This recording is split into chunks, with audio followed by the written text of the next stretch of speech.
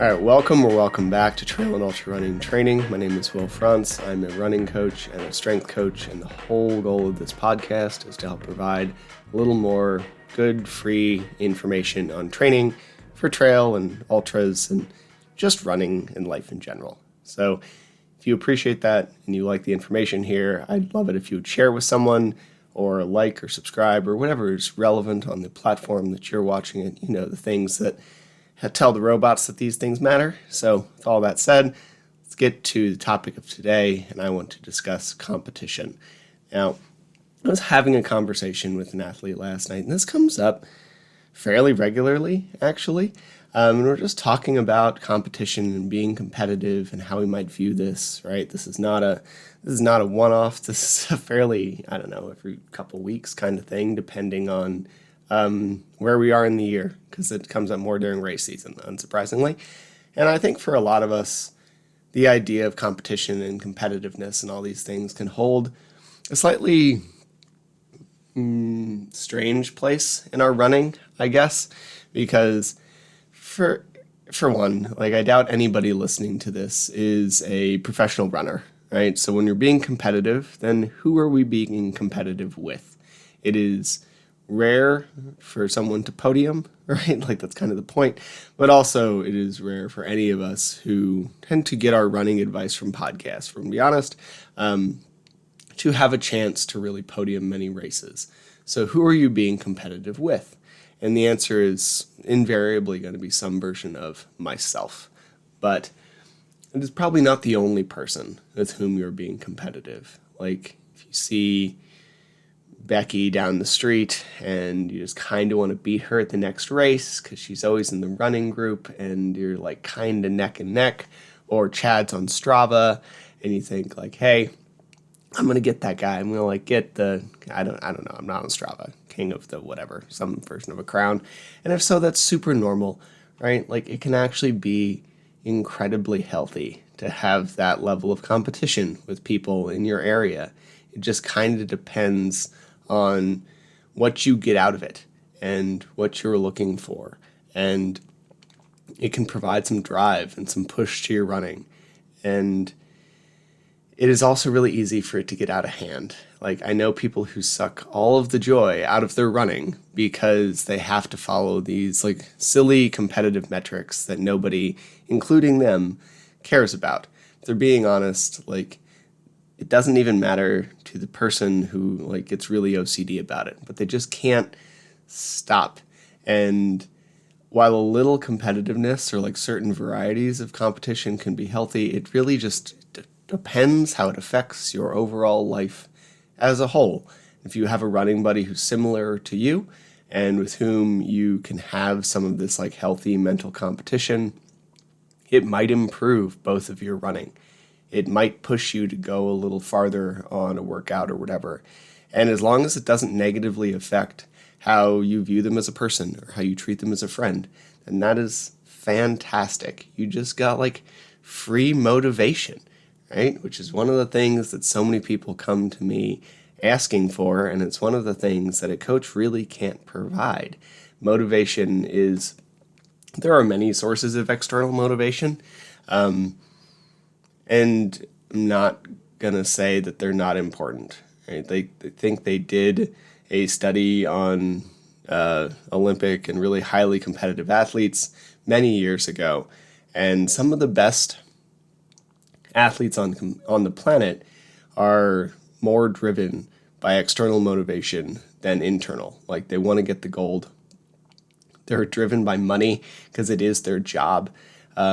For some people, depending where they come from in the world, it can be a lot more money than they'd have any chance at making otherwise, right? So external motivation or motivation, it can be very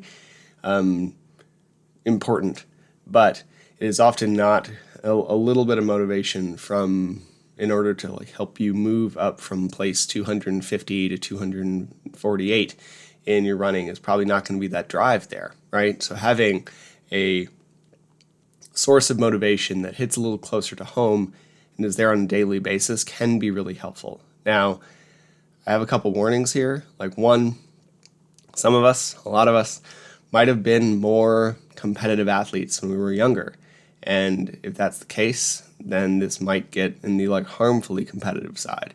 Like, I've definitely been driven by some of those feelings of competition that just negatively affected my psyche and overall life. Drove me to sleep a lot less, drove me to like push against friends in ways that were not necessarily helpful. And the biggest thing is it just like sucks the joy out of your day to day and the activity and these things that you said you love, right? Like, that's how you end up burnt out. And if you've been there, you know that it can be a tough line, and it's very reasonable to like let that pendulum swing a little far in the other direction and avoid competition as a whole. Because when we get so competitive that it completely destroys this thing that we once loved, we might just like overall or entirely avoid competition for a while. But competition can be incredibly healthy, and it can be motivating, and it can be fun, and we just have to not let those like type A obsessive-ish tendencies consume us. We can't let them consume us. Now, another part of this is going to be setting realistic expectations. I think it is really easy to let ourselves get competitive with people who we'd have no chance at beating anyway. And this is really even easier on the internet because you have exposure to a wide range of people who you may never have seen their training or performance or whatever, right? So you see how the like constant highlight reel of social media of people doing well and setting new PRs and crushing things, and then like never talking about the races that where they didn't do well, or they DNF'd, or when they do DNF, it's this like 12-page long report about why the DNF happened or whatever. You don't need to get hyper competitive with everyone, and we have to set some realistic expectations. Like I'll use myself as an example because it's easier, but one of the few people I run with on a regular basis is much more built for endurance than me. And she's also trained that way for a very long time. She will always be faster than me at any appreciable distance if she wants to be. And for that not to be true, it would take 20 years and a lot of like really different life choices on both sides.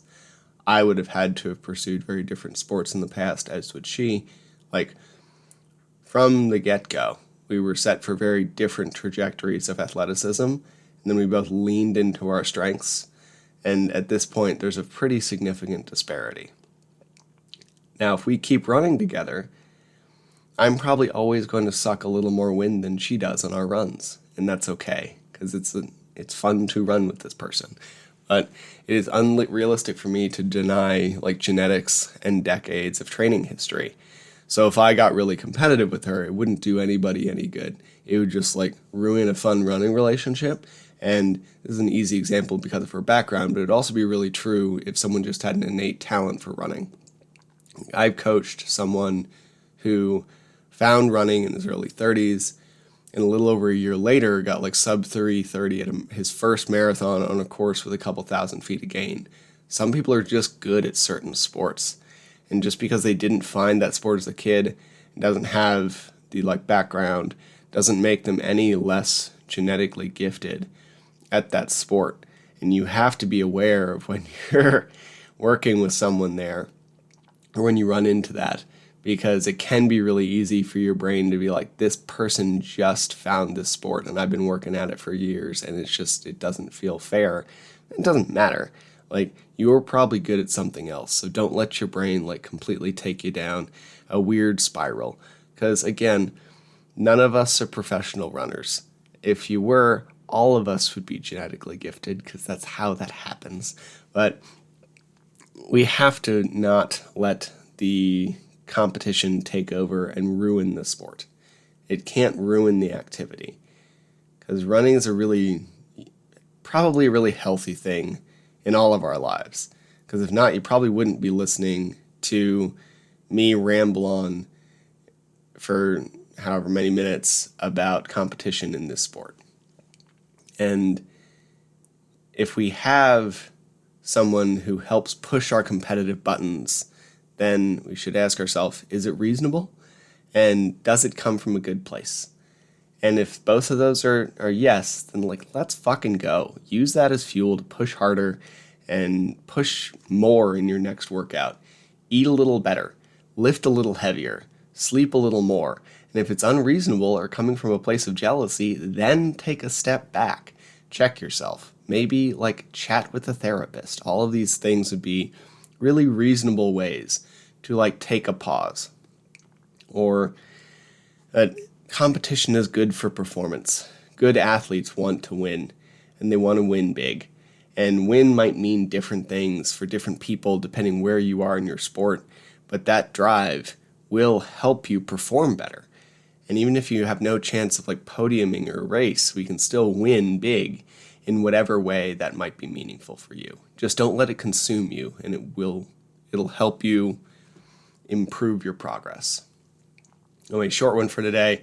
I'm going to come back later this week with another part in the strength training series. We're going to talk about pull. I really appreciate you sticking around. I had to take a week off last week for both mental health and just life structure things. I was house sitting and I wasn't near and set up. And rather than leave a podcast episode that sounded just indecipherable, I figured I'd just give it a week because it doesn't matter.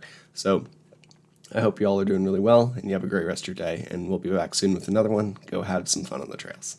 Thank you again for listening to the Trail and Ultra Running Training Podcast. I can't tell you how much I appreciate it. Just a reminder, nothing you hear on this podcast is medical advice, and you should always speak with a medical professional before making changes to your training or your nutrition. If you enjoyed the podcast or found it helpful, please leave a rating or review. It tells the algorithm robots that people like it, and that means more people will hear it. Or even better, just share it with someone who you think would benefit. If you prefer a video version, head to the Trail and Ultra Running Training Group on Facebook, or check out the Mountain Goat Endurance Coaching YouTube channel. Thank you again, and I hope you have a great next run.